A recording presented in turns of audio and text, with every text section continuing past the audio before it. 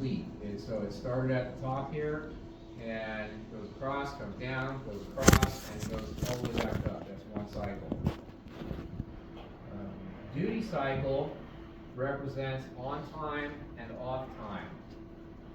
So much like I pointed out for the fuel pump, when it's pulse width modulated, if there's more demand, it's going to have more on time than off time. If there's less demand, like you're accelerating, then you're going to have more off time than on time. And in this case, the on time is represented as down, the way they have it set up. So we have a large on time and a short off time, and a cycle is once again from one point to exactly the same point again. So in this case, we start our downslope, we go across, we come up, we go across, and where we're going to start the downslope again, that's the finish of our cycle. Pulse width is the actual on time of a signal measured in milliseconds. So it's a different way of looking at it. So I got pretty much the same signal or similar signal all the way across here, but I'm looking at it three different ways. So a scope representation of a complete cycle showing both on time and off time, which is the eighth one. B is a multimeter display indicating the on time, duty cycle, and percentage. So in the multimeter, I can read the number as a display, but I can't see what's going on.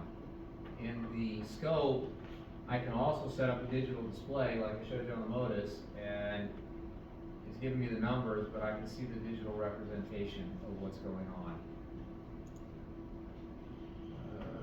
Note the trigger and negative symbol at the bottom corner of the multimeter, bottom left corner. This indicates that the meter started recording the percentage of on time when the voltage dropped, which in this case is the start of the on time.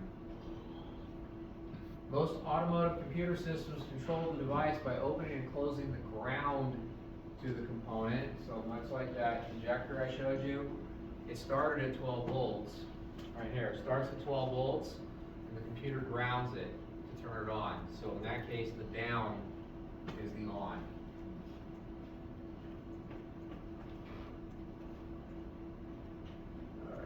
Here is a two-channel scope being used to compare two signals on the same vehicle. So one of those would be a cam sensor and the other one would be a crank sensor. The crank sensor is typically a lot of teeth and the cam sensor a lot less.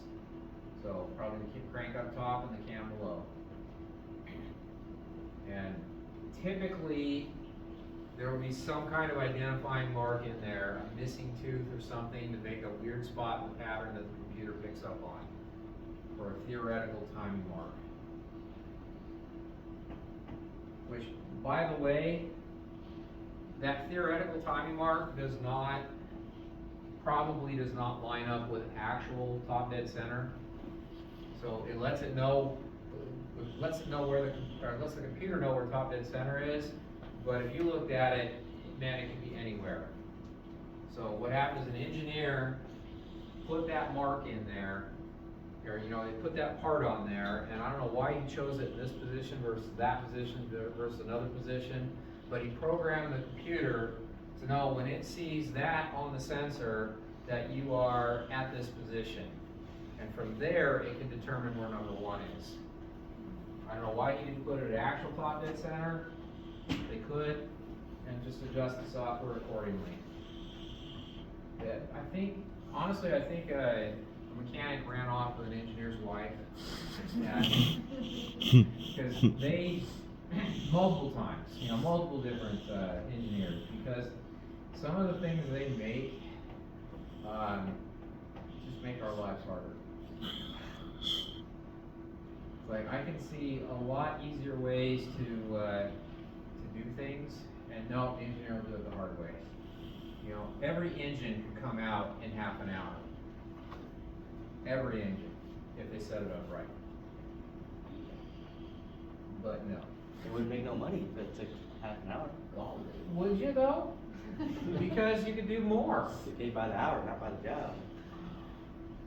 Well, even if you're paid by the job, I didn't say how long the repair would take. I said you can take the engine out in half an hour.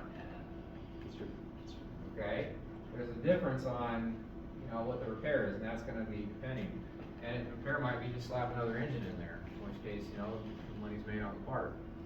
But I've seen repairs that, you know, it's literally $1 part buried in the back of a transmission. And it's hours and hours of labor to replace a $1 part. Yeah, like a real common one going around that I've seen is a lot of the, like the Infiniti, like Q50s. The all-wheel drive models, they have like an internal,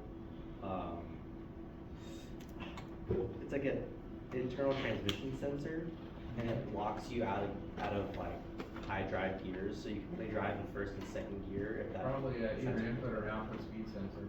Yeah, it is a speed sensor. Yeah, and then once that goes bad, you gotta take the whole, transfer casing and rebuild. And you gotta take the whole transmission off, it's Nice. just for a speed sensor. Because, ever since transmissions went electronic, they have input and output speed sensors. So the computer knows how fast the input shaft is spinning and how fast the output shaft is spinning.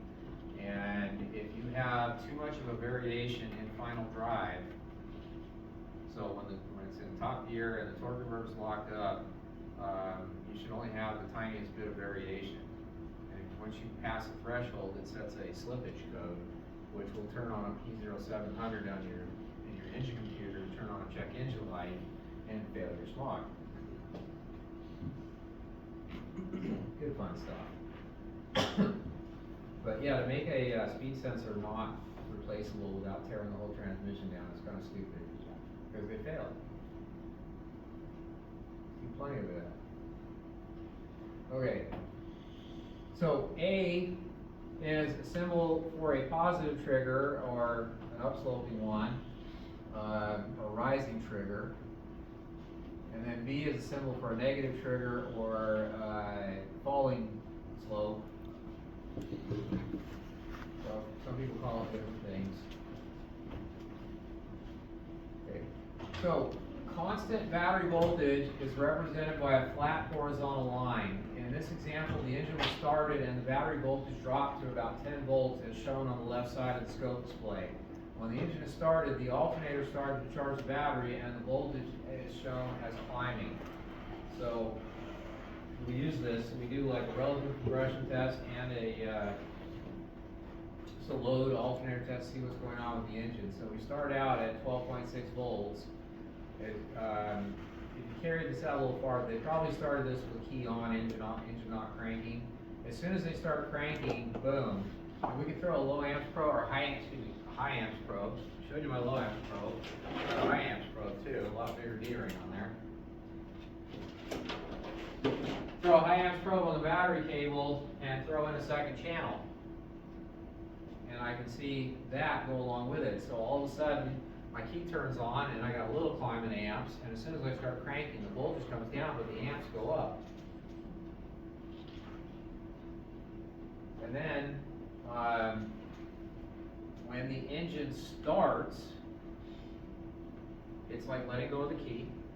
The engine starts, and all of a sudden my amperage comes up, usually to a level point at 12 point something, you know, right around 12 volts probably, because you suck some voltage out of the battery. And the amperage stops, it goes neutral. And then the alternator kicks in. It doesn't kick in right away typically, because they're computer controlled now. So then the alternator kicks in after half a second, and now my amperage goes the other direction as amps are going into the battery instead of out of the battery. And my voltage climbs up. In this case, you see it's probably where the alternator kicked in, and it's climbing above my base where it first started out, and climbs up to 13.5 volts. So I can see the numbers doing that on a multimeter, but I can't see this, the visual representation of it. So interpretation versus actually looking at it. Okay. And this is a typical graphing multimeter. This is a Snap-on tool called Advantage Pro. A lot of people think that's the advantage of the scope. Nope, it's a graphing multimeter. It is not fast enough sampling to be considered a scope. That was a quick and dirty. Just really quick here. So right right before we took a little break there, this is where I was setting up. So I have the scope setting on here. I can do lab scope, ignition scope, or presets. The lab scope, I can go right into the 4-channel scope, and it's going to remember how I had it set up last time, which was probably just for a single channel. But I can turn the channels on and off pretty quickly. I can just have it quickly set up for volts DC, or I can go into low amps for the amp probe, which, by the way, what this does is it's picking up the electromagnetic frequency that's inside the wire. The more current that's going through the wire, the bigger the electromagnetic frequency. There's a little processor in here, and this has its own sampling rate. I think this does 150,000 times a second, which is pretty good. It outputs straight into the scope, just like scope leads, or I can hook this to a voltmeter. And it does say on here my conversion rate. So 40 amp scale, I'm at 10 millivolts per amp, and on the 20 amp scale, I'm at 100 millivolts per amp. So I have to do a little translating. So if I'm on the 20 amp scale and I see a full volt, that means that I am at 10 amps. So a little bit of translation there. When I plug it into the scope, especially since they're the same brand, they're expecting each other, then it literally reads in amps for me. So I don't have to do any translation. And I'm going to go in a different way here. I'm going to show you, this is the component test meter, which is pretty cool in terms of, I pop in a vehicle, let's pick a vehicle. Honda Element. What year? 2008. So imports, Honda, 2008 Element. Got 2.4 liter. Yes to accept the identification. Now I have some categories that I can go into. Analog brakes, charging system, fuel injection, and transmission. So I'm going to go into fuel injection, which is all engine related stuff except charging. And there's all the different sensors that it has pre-programmed up. So let's go to the fuel system.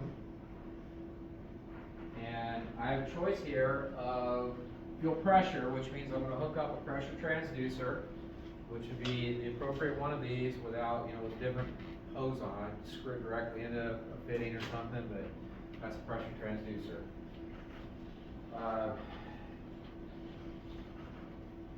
Fuel pump or injector. So I'm going to go into fuel pump on this one. This is my component information. So it's going to tell me operation. Fuel pump is an electrical 12-volt pump. Fuel pump is powered by the main relay. Key on engine cranking or key on engine running. Fuel pump gets system voltage constantly. Key on engine off.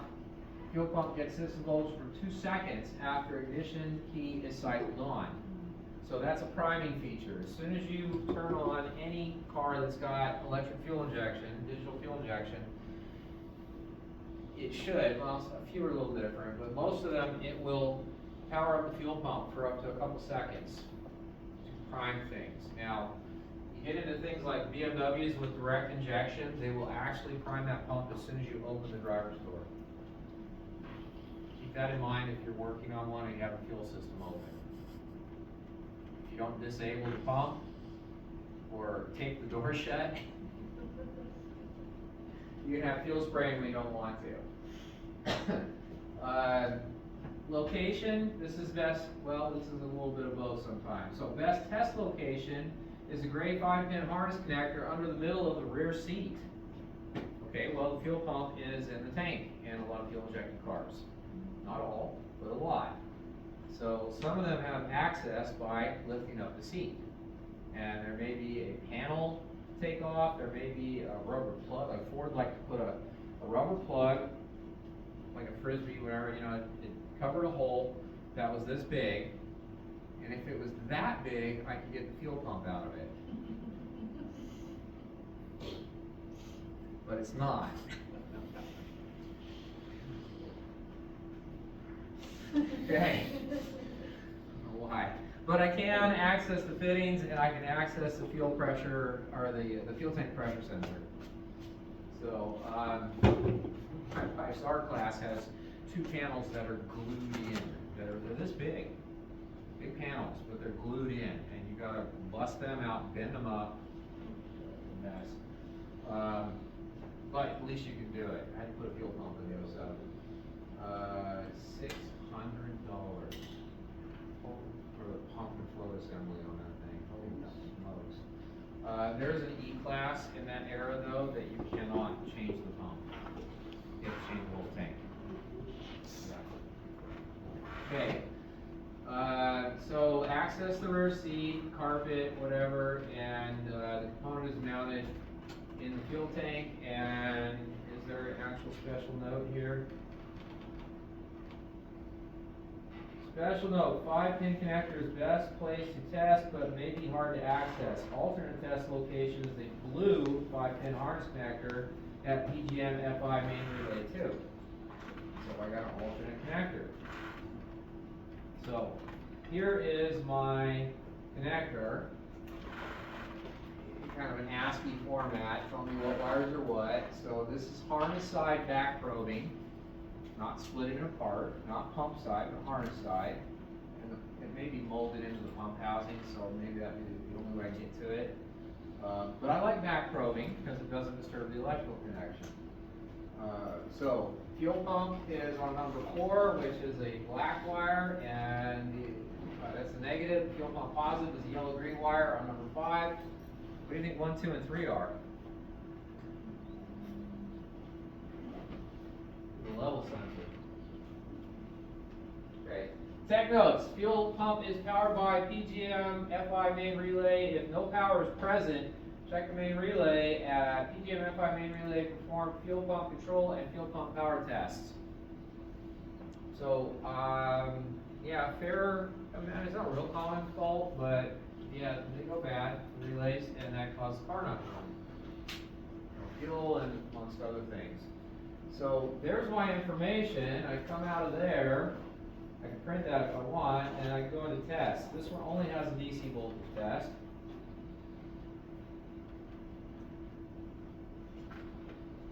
And it loads the scope up for me, gives me some directions, and also shows me the plug again. So what I didn't see I was hoping for was a low amps test, but I'm completely configured. Scope is ready to go. I've got a digital display happening as well as my scope setup. Kind of a nice feature. Let me just pull up a different vehicle.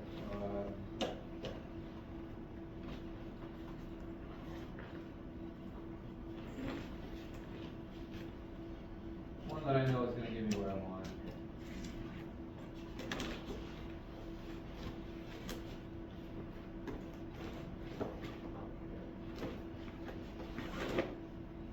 Fuel injection, fuel system, fuel pump, test. Okay, here's what I wanted. So I can do a fuel PSI, which is pressure, / volts test. I can do, there's a test warning on there, but I also have a current ramp test, and that's what I want to get to. It's on most of these. So I can come down here, fuel pump current can be checked using lab scope and the Snap-on low amp current probe. Connect the current probe to Modus as shown. So it tells you put it in channel 1. Press right for more current probe information. So it pulls up some more information here. Snap-on low amp current probe measures AC, DC current with digital multimeters, DSOs, and other suitable recording meters. The probe provides accurate, reliable, non-intrusive testing for ignition coils, relays, injectors, fuel pumps, electric motors, and parasitic draw. The jaws of the probe are designed with a built-in hook feature to help isolate wires. The Snap-on original low amp current probe has two scales, 0 to 20 and 0 to 40, or the newer model, 0 to 60 amps. The Snap-on low amp current probe outputs an analog voltage based on current flow through the circuit. Scroll down. That must be the newer one. Where is the thing that I'm looking for? Might be on the other chart here. So there's a chart. Okay. Let's come out of there and go into here. Of course, it's not going to give it to me. Make a wire out of me.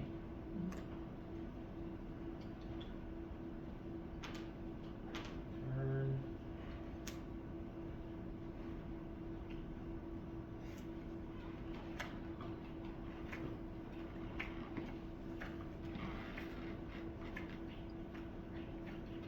No, it's not going to show it to me. But usually what it tells you is how to hook the thing up to like a fuse box where you pull up a fuel pump fuse, put a jumper in there, hook one wire on it, and it gives you the mathematical formula. It even shows you what the pattern's supposed to look like. It tells you exactly how to hook it up. That's what I was looking for. And it tells you 60,000 milliseconds a minute, take 60,000 divided by the time base. So what I would have done is I would have had a hump pattern here. I would have bracketed out one revolution with my cursors, and it would have given me a box showing me the time between cursor A and cursor B in milliseconds. So I take 60,000 divided by that, there's my fuel pump RPMs. I can do that with fuel pumps, I can do it with window motors, I can do it with fan motors, anything that's spinning. And see the actual integrity of the motor itself. So, well and above, beyond what a DVOM will do. A DVOM is your best friend in a lot of cases in electrical, but when you start getting a real diag, you need a scope. We didn't give away that many cards today. We give like 3. Only 2. What did you get? A 7 and a king. That'd be right. Okay. All right. So Wednesday we meet over at the lab building there. This will be our